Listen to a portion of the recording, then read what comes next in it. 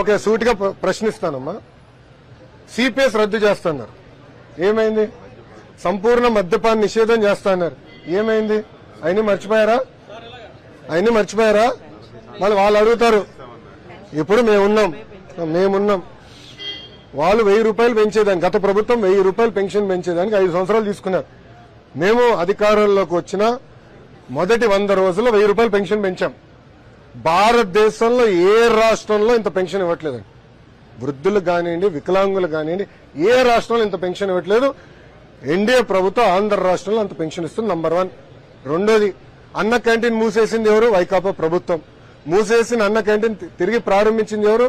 NDA ప్రభుత్వం. రెండోది. మూడోది, దీపం పథకం హామీ ఇచ్చాం, అమలు చేశాం. తల్లికి వందనం మేము డేట్స్ ఇచ్చాం. రైతులకు ఇవ్వాల్సింది కూడా మేము డేట్స్ ప్రకటించాం. మత్స్యకారులు కూడా మేము చెప్పాం. ఇప్పుడు అడుగుతున్నారు, నేను చూడి అడుగుతాను, ఎందుకు మీరు బకాయిలు పెట్టారు? మళ్ళీ ఫీ రీయింబర్స్మెంట్ బకాయిలు మీరు ఎందుకు పెట్టెళ్లారు? స్కూల్ కిట్ కి 1000 కోట్ల రూపాయలు బకాయిలు పెట్టెళ్లారు, ఆ బకాయిలు మేము చెల్లిస్తున్నాం. ఇప్పుడు ఎన్టీఆర్ వైద్య సేవ కూడా గత ప్రభుత్వం దాదాపు 1800 కోట్ల బకాయిలు పెడితే మేము చెల్లిస్తున్నాం. మా పైన బాధ్యత, మేము బాధ్యత నుంచి పారిపోవట్లేదు, చెల్లిస్తున్నాం. కానీ గత ప్రభుత్వం చేసిన అప్పులు కూడా, వడ్డీ కూడా వచ్చి మన నెత్తిమీద పడింది.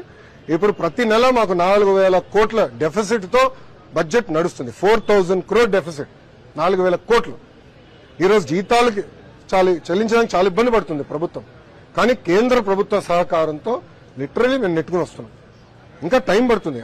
విధ్వంసం మామూలుగా చేయలేదు. నేను వెళ్ళి ఒక కంపెనీని కలిస్తే వాళ్ళు ఒకటే అడుగుతున్నారు, మీరు హామీ ఇస్తారా మళ్ళీ జగన్మోహన్ రెడ్డి ముఖ్యమంత్రి అవడానికి? నన్ను అడిగారు. అదేంటి ఇట్లా అంటే, గతంలో మేము ఇబ్బంది పడ్డాం కదా.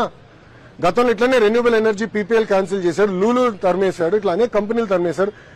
కియా మోటార్స్ కూడా బాగా ఇబ్బంది పెట్టారు. సో మీరు మాకు గ్యారంటీ ఇస్తారా జగన్మోహన్ రెడ్డి అనే వ్యక్తి ఆ పార్టీ అధికారంలోకి రాదు, అప్పుడు మేము వచ్చి పెట్టుబడి పెడతామని చెప్తున్నా. లిటరలీ బాండ్ పేపర్ మీద నన్ను సంతకం పెట్టమంటున్నారు.